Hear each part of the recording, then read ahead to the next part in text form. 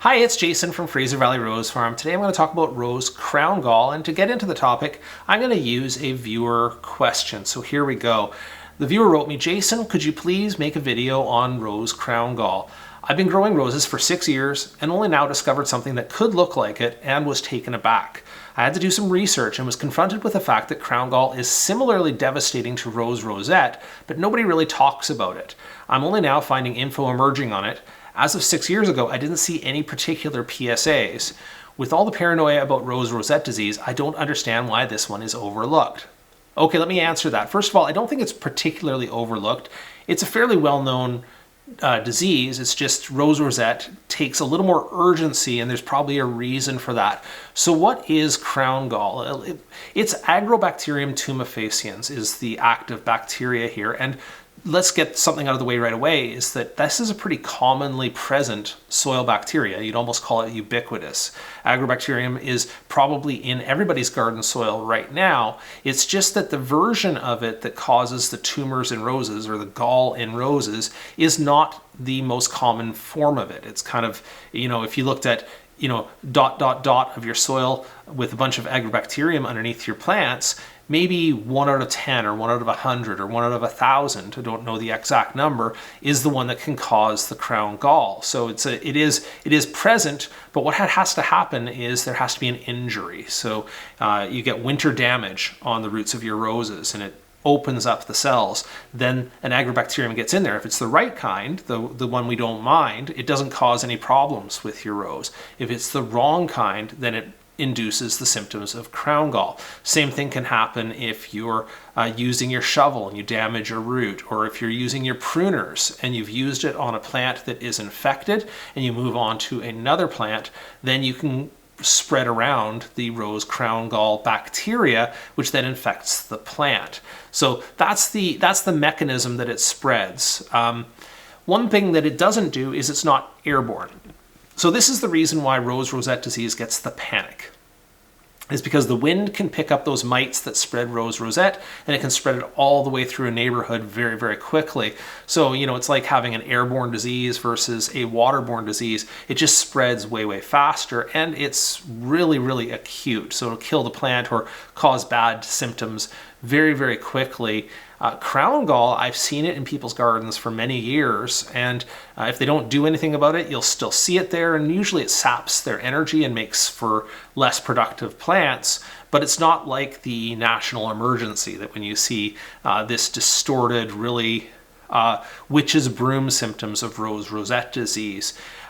So in a hierarchy, I would say Rose Rosette disease is legitimately up here because it is acute and because it spreads easily. Then you have crown gall, which is kind of right here. It has more chronic symptoms and it is spread fairly easily through tool use or damage, but not super easily. And then down here you have virus, which has visual symptoms and it can also be chronic symptoms, but usually doesn't kill your plant and it's harder to spread by tools. So that would be the hierarchy that I would give it, and that's why it has less urgency than Rose Rosette.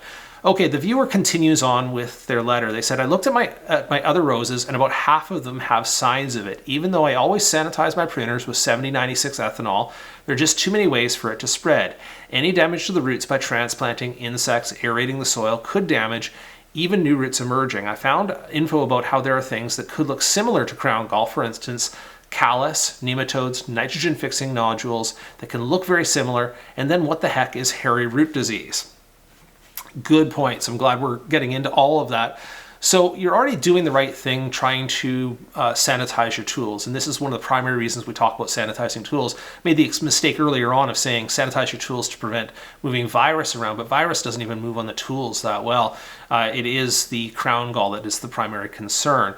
So the look-alike, that callus. Well, callus is a similar looking undifferentiated tissue. It happens on the bottom of my cuttings when I'm taking cuttings, but it also is a normal wound healing tissue for any damage that's on the stems of your plants, especially down at the crown or soil level or at the ends of roots, that kind of thing. So it forms a smooth, localized seal at a cut or damaged site, and The problem is that you can actually have some lookalikes that happen at the soil level. So if you had a canker, Coniotherium, or Phytophthora at the soil level, one of the first things your rose is going to do is it's going to try to put up some callus on the margins of that injury that can, early on, kind of look quite like crown gall.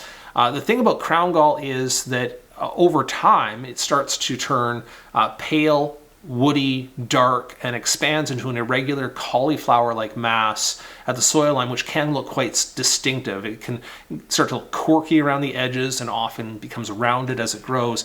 So early on, I could see you mistaking callus, but as for later on, the crown gall is fairly distinctive looking.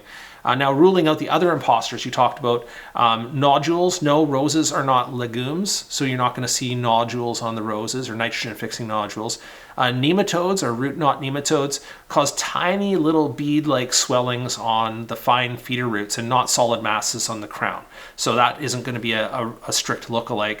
And then there's also hairy root disease, which is caused by the same bacteria, but it just triggers a chaotic mass of fine roots, and you wouldn't see it as the lookalike.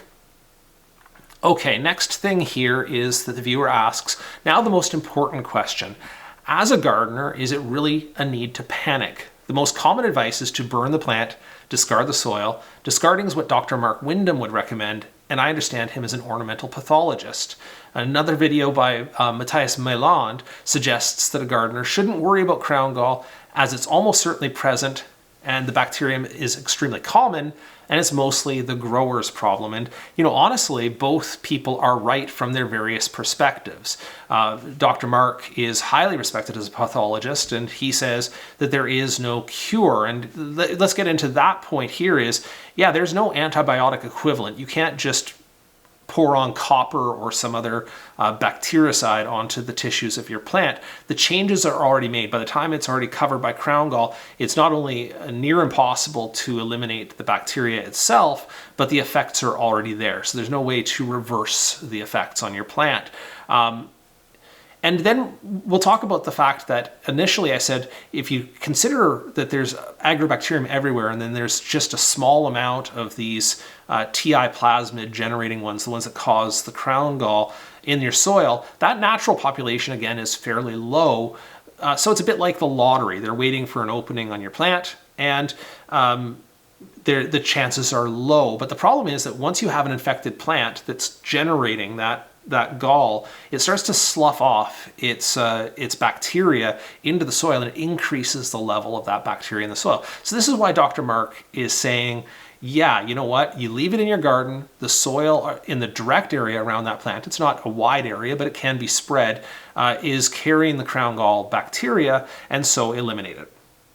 Now, from Mailand's point of view, he's saying something a little bit different, which is that operating on a field production scale, Agrobacterium is pretty common, and you can't sterilize a 50-acre field. So growers treat it a little bit differently. They try to, when they harvest their roots, and obviously they're damaging the roots when they do that, oftentimes they'll give it a big bath in the good Agrobacterium that we talked about, something like K84, or there's a newer variety, a strain that quickly colonizes all of those damaged sections and stops the bad Agrobacterium from getting in there and causing the crown gall.